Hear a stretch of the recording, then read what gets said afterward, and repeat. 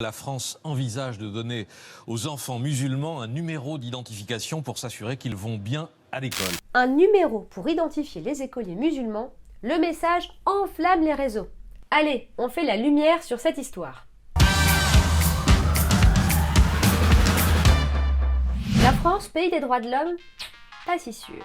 D'après plusieurs posts sur Facebook et sur Twitter, le gouvernement souhaiterait attribuer des numéros d'identification aux enfants musulmans scolarisés. Cette histoire a notamment été relayée par une ministre pakistanaise qui a tweeté, je cite, « Les enfants musulmans auront un numéro d'identification en France et pas les autres ».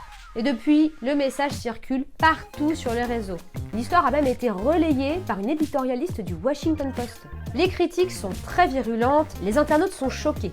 Ce numéro pourrait servir à stigmatiser les enfants musulmans, voire à les ficher. Alors, pourquoi cette rumeur circule-t-elle autant ? Eh bien, c'est ce qu'on appelle un effet d'ambiguïté. Regardez, ici, la rumeur part d'un texte de loi proposé par le gouvernement sur le séparatisme. Et un article en particulier évoque cette question d'attribuer un numéro d'identification aux enfants. C'est un projet de loi très sensible qui suscite de nombreux débats, notamment au sujet de l'islam. Et du coup, qu'est-ce qui se passe ? Eh bien, dans l'incertitude, notre cerveau va se laisser influencer par notre émotion, par notre ressenti. Et comme le climat est tendu en ce moment à propos des religions, ça fait encore plus réagir et ça influe sur les jugements. Et puis ici, il y a autre chose. Donner des numéros pour identifier les personnes, ça ne vous rappelle rien.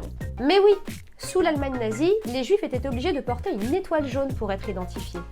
Et ils se voyaient même tatouer un matricule sur le bras dans les camps de concentration et d'extermination. La France s'apprêterait donc à faire la même chose aux écoliers musulmans. Voilà de quoi s'émouvoir encore plus. Bon alors ces posts, massivement relayés, vrais ou faux ? Eh bien cette histoire est totalement fausse. En réalité, le projet de loi a été mal interprété. En fait aujourd'hui, l'immense majorité des écoliers a déjà un numéro d'identification, et ça depuis longtemps. Le problème, c'est que certains enfants ne vont pas à l'école, ou bien fréquentent des établissements totalement privés. Le gouvernement souhaite donc qu'eux aussi aient un numéro d'identification. Cette mesure concerne donc tous les enfants, et pas seulement les musulmans. Donc, pas de raison de s'inquiéter.